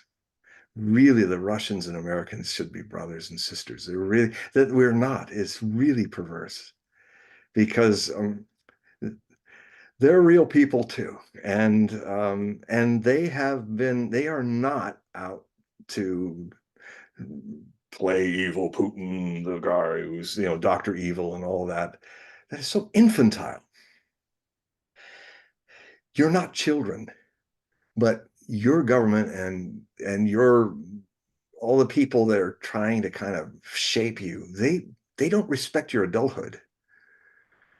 Um, and uh, and if they succeed, you will all die in a thermonuclear war that your country created, and Europe, not the Russians. They don't want to do that. They've seen what it's like to lose 27 million people. They saw it with when the Western people under the Axis alliance invaded Russia, and they killed all those people in 3 years. They still have the scars from it. So when they see the Europeans massing like Napoleon again, like our little fellow with the mustache, and his NAZI alliance of half of Europe when he was going in 1941, if they do the Napoleon, they do the Hitler. I said it. They do NATO, the the defense alliance, which has already broke its charter twice when they bombed Serbia. That was absolutely illegal. They should have, out of shame, broke up NATO because they lied to themselves. That was a war of aggression. Libya is not even in Europe, in the North Atlantic region, and NATO went there, promised that they would control any side that was doing any attacks on civilians, but made a decision just to bomb the Libyans that were with Gaddafi's, the Tripolitans, destroying the place. So they chose a side, and Libya is a destroyed nation. It used to be in Vietnam, this evolution of the military industrial complex used to start with, well, we had to destroy that village to save it. Well, we've evolved that maxim to, well, we had to destroy that country to save it. And if we don't break this habit of the war business, folks, before we're dying of radioactivity, those idiots will say, well, we destroyed the world to save it. So, but the good thing is people are waking up. Lines are being crossed even in a world where people are being dumbed down. What's going on in Gaza is awakening the world. And a whole lot of people, a whole majority of the Jewish people of this world are not siding with the Zionists in this. And as many as all the Europeans, majority of Europeans were not siding with the NAZI's Europeans in the last World War. So and the other thing too is you're seeing signs of revolution in a good way. All the farmers are getting it, that whatever this globalist thing is about, it's about destroying, in the name of global warming, destroying a certain civilization so that they could supplant it with their own. And I never thought that it was really, I was skeptical of this for decades, but it's true. what it is simply another bunch, in this case, uh, Klaus Schwab is like another, another without the mustache. Uh, he's, he's one of these people, a German up in the Alps, just like Berchtesgaden, in his own little Swiss chalet, even though he's born in Germany, who has this idea in Davos that, you will eat the bugs, you will own nothing. I mean, nothing. And you will be happy. Well, they're cartoon characters, but they're really serious about this. And Mr. Gates and all that, and the things he's doing with pseudo food and all that. It's the there are people that want to do a very tricky world war and use us as the dupes. But if you start relearning your rights that you have not been taught for 2 or 3 generations. My high school, and when I was in 1974, graduating from high school, the following year, year or two after that, my high school stopped civics classes, and it started to roll all over the country. That was a way to dumb you all down and not. You have a part in your democracy. You don't just vote for people and forget. Otherwise, you get on either side, Republican or Democrat, you get the governments you deserve because you've been trained not to do your part. This is Lincoln said. This is this is of the people, by the people, for the people. I might have gotten the sequence wrong, but it's like it's you people, not your government. It's not by the government, for the government. And so you have to go read your constitutional rights, memorize them. And there's a few people out there that are very good. Dennis Kucinich is a constitutional champion, who might be a congressman again, come around this new time. He found a way to find a district to be a congressman when they could only take him out by erasing his district so that he wouldn't be there as a thorn in the side of people who would like to just make rules on their own rules, not the Constitution's rules. And they got a good test when the Voldemort sickness happened, shutting everybody down. They saw how docile and camel-like we all are. Become a lion. You can do it. You see, it's not just in your own spiritual life, but in the life outside. You can also be a lion. And it may save your democracy. It may save your future. Because if we let these people continue by being dumb and docile, they will destroy the world. And on that happy note, well, on that happy note, for the ones that are watching, please click the link and go to John's website and get the yes, periodical so you know how the world's going to end. or how the world will not end if you become the people that, I mean, you look at Dennis Kucinich, you look at currently the Senator Rand Paul. Just watch how he's fighting for your rights. Beyond him being a Kentucky Republican, he's upsetting all the Republicans too. It's and you share a lot in common with the people you might deem as blue or red. I also talk a lot about that. I mean, we didn't get it into this show. It looked like we might have gone in that direction, but I think in another direction, I'm going to talk at length about the ways in which things can be reconstructed I mean, just some ideas. I mean, I wrote a whole book about it. It was called Beyond Alt Left, Alt Right, a Community of Americans. I mean, the book has a red American flag draped and a blue American flag and a white field with a red border, a maroon border. But it's basically I hit both sides and then come to this idea. And it was in 2018 when I wrote it.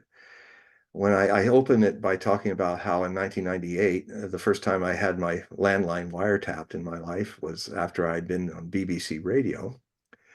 And Wait, your landline was tapped? yeah, it was I didn't tapped. know that. It Wow. started clicking, and Wow.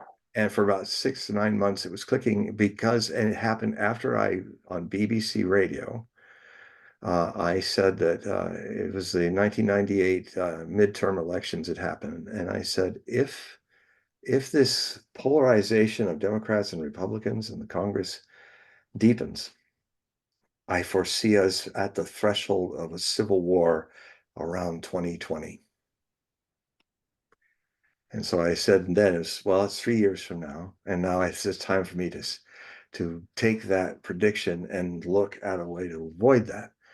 And so I talk about how the concept, I go into essays about the concept of a party is by its very nature a polarizing concept. And I talk about how the founding fathers were the thing that terrified Jefferson and George Washington and Adams and Abigail Adams um, was was if people would form parties. Because a lot of people probably don't know because you didn't have your civics class. Probably a lot of you probably assume that the two-party system is in the constitutional law. It's not. There were no parties when the United States started its republic. And they were afraid if parties ever came, it would be the end of the republic and democracy because special interests, and they literally spelled it out. Back in the 1780s, they were spelling it out. Exactly what's happening to us now, and my book shows that.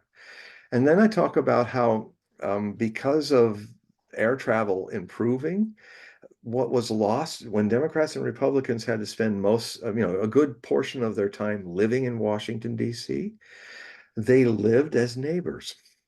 They might fight tooth and nail on the floor of the Senate or the Congress, but then their kids knew each other. It was like a community. Everybody knew each other. They'd go to barbecues and things, and they used to leave that all in the Capitol building, leave that all in the White House, and they would be friends. So they created human relationships, human community connections. They were not polarized like our people. And one of the things that caused that, which I write about in this book, is when flying became so efficient that you spend 3 days in Congress and then you go back to your folks in the state where you live. And what happened was the community was lost. The other side of the bench became strangers. Your kids didn't play with their kids. And just simple human things like that is how this thing got really messed up to the point of civil war or needing a new revolution, which could happen in the next few years. It's a potential. Hopefully it'll be a peaceful Jeffersonian revolution. But anyway, so that happened. Then I talk about in the end is what's needed is if it were up to me, I would make any party illegal. They would be banished from the political world of Americans because parties are by nature dividers, tribal. We are the blue people. We're better than those red Americans that we fly over all the time. And the red Americans go, oh, those are the woke and this and that. And so it creates tribalism. It creates the blue and the gray of the Civil War last becomes the blue and the red if we don't find a way to drop the concept of political parties and start to adopt the concept of political communities. Because a community, by its very nature, like I live in a little village of 1,000 people on an island in the Pacific Northwest, and we all know each other. It doesn't mean you won't disagree with your neighbors, but the thing about community, it's different from a party. A party is all or nothing, my way or the highway. We're going to rush you all out of power and then we'll do what we want. But if you do that in a community, it's destroyed. You will be lost of house, home, water, food, business, friends, all lost. So if you're in a situation where the stake is it's in your DNA in a community situation that you gotta find common ground. with somebody who's blue or red in your community or another color or something like that. And you can start by doing just asking and communicating with people. I've been around in reds. I'm in a very deep blue part of the island here, Whidbey Island where I live, in the South End. But I've often in my travels, I've gone to Texas, I've gone to Arkansas, I did a convention there. And I actually had my eyes open. I would say that the people who are in red states are more open to hearing opposing views if you're respectful. If you don't come in like holier than thou and start puritanically going, "You're a red state," yeah, they'll roll their eyes and walk away. But I've found it's easier to talk to people in red states about difficult political issues than it is in my own village. They just when I wrote my Trump book, my first of the three, and I thought I wouldn't have to make the third one, but it's a good chance I might have to write the third and final Trump trilogy book. And I started the book talking about how I was walking down. I mean, this new book, I'll do it more, but I used to walk after. They all know that I'm, protect and do this stuff in my town. And they're all saying, "What, John, what's going to happen? Trump won. What's that?" And and then when I told them, well, because of Trump's nature, because of he's a very unique character. I mean, his astrology is he's deep. He's actually a very complicated guy. And he has this ability to, and I didn't vote for him. He has this ability in his astrology that if you throw negativity at him, he's a mirror. It bounces immediately right back on it. And you had such obvious signs of it. Look how he went through Jeb Bush. Oh, you don't have any energy because he's got this innocent, precocious 8-year-old inside of him. Oh, you're fake news. Um, all true. I worked for CNN. It's as fake as it gets. And I also debated Sean Hannity and made him go, sometimes on Fox, so until they banned me because of my prediction about the towers falling that I made 6 years earlier. And their response was, rather than to bring all the people together in that show and figure out what we got right and what we got wrong and then see what's coming next, their reaction, Mr. Ailes' reaction was, "Tell that Hogue he's blacklisted." So they didn't tell me. So I didn't know for 2 years until I finally found out, but why they weren't calling me anymore. So the if you can, you will find, if you can just understand and respect the need of people have different views, and that's what makes our country interesting. And it's always been a vibrant debating country, and sometimes we've even gone to civil war over things that we couldn't agree upon. But there's really so much that we share in common with the other side that if you start with the low-hanging fruit. You start with things like, yeah, we need a sewer system. Yeah, we gotta find a way to make it fiscally responsible and not some big boondoggle making don't throw money at it like some one side likes to do, and don't be so cheap that it can't. We gotta find a way to get the sewer system done. you know, we gotta, law and order is an important thing. Look what happens in cities that have defunded their police. They're becoming places where gangs are going in. Seattle's like this. Whole business areas are leaving downtown. If you watch X, you'll see it. You'll see the daily stuff of it. You'll see all these people coming in like an army, and they ransack it like the Goths and run off with whatever things they can grab, and no one stops them. That's a recipe for the breakdown of your American civilization. And so, I talk to policemen. I'm not afraid of them. I used to be in security, so I understand both sides. So, common ground. You find as much common ground with your neighbors as you can, and when you can't, you still remain loving and respectful. And you don't preach, you live by example. That's why the whole world is turning away from our country right now, because now they have an option. They don't use the US dollar as a reserve currency anymore. That's going away. When the US could keep everybody under hostage that way, they could walk into any country and say, don't do as I do, do as I say. And the whole world's been under this for a long time, and now they're free of it. And this is one of the least things, the most important thing you ought to know is that your dollar is no longer controlling the world. And so that's leaving in a few years. So, and the reason is that you have not lived by example. The neocons in their first manifesto after the Cold War terrified them, and they had to find a new war business model, a new Cold War. They started right after 1992 when the Soviet Union collapsed, and Dick Cheney and Paul Wolfowitz wrote these. I write about these things in a lot of my books, these manifestos. And they said, oh, you'll hear people say, like John Adams, that, you shouldn't go out fighting monsters and you should not like force yourself on others. But they go, why not?